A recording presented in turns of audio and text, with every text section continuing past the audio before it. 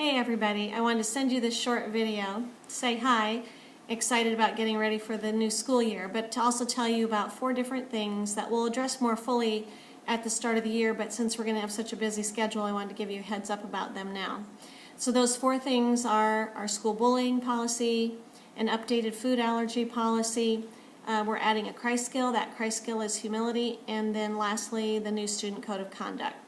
So let's talk about the school bullying policy. You can find that on Sycamore and on our school website. I'd like you to specifically plan some lessons around the policy, really discussing the difference between mean behaviors and bullying, because I think those things get confused a lot. Discuss the consequences and what to do to tell the teacher. Also practice those I statements like, I don't like that, I don't deserve to be treated like that, etc. But also talk about what the bystanders should be doing, especially the statement of, we don't treat people like that at St. Elizabeth's. I think that's really an important element to starting the beginning of the school year and to address bullying right from the start. So if you can do that, that would be terrific. And remember, you can find that on Sycamore and on the school website. So next we're going to learn a little bit more about our new school food allergy policy. I want you to make sure you include this in your parent information and also to really proactively support this measure. I know that we would love to have home-baked treats for everybody and go back to the days when we were in school, well, people of my age anyway, but it's just not that way anymore. And remember, we say that we have a child-centered learning environment and that we're an inclusive school. So we need to practice that for every student and every student's special need. So here's what the new policy says. This is the updated portion. To reduce the possibility of cross-contamination, all foods brought into school for class snacks, birthday treats, and class party purposes must be purchased in stores, come in the original packaging, and not be homemade or bakery items.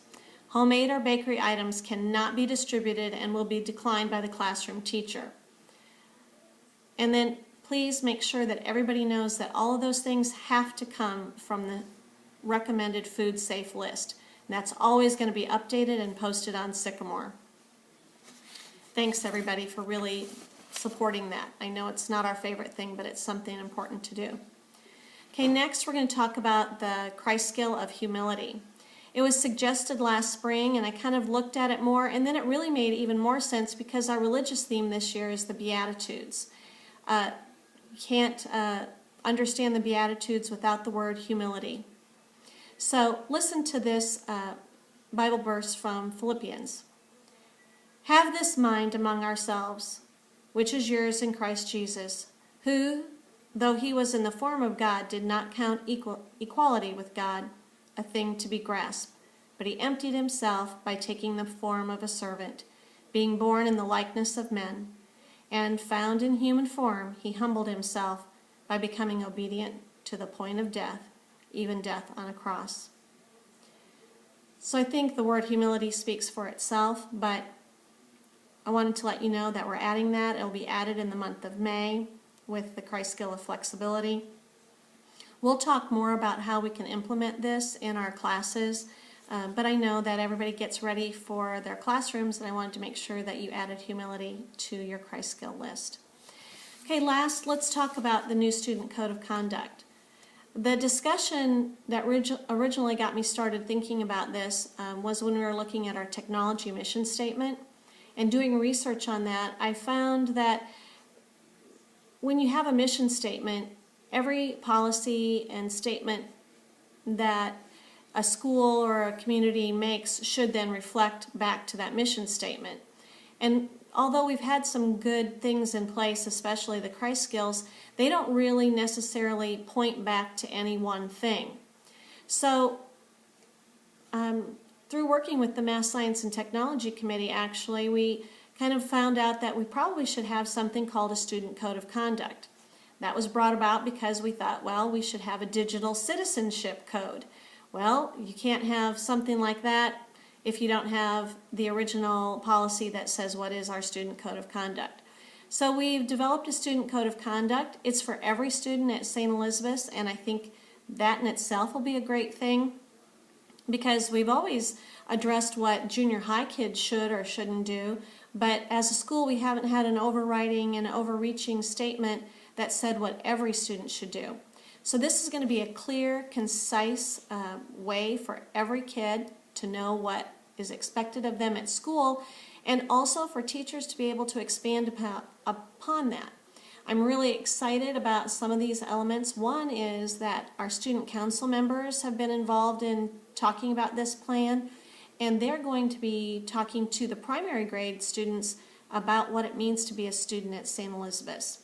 So I think they'll be able to use their leadership role in a really positive way. So let's talk a little bit about what our code of conduct says.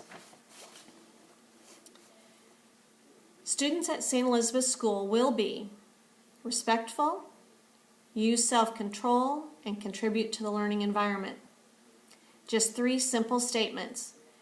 These are going to be reflected for junior high kids on their accountability and Christ skill cards.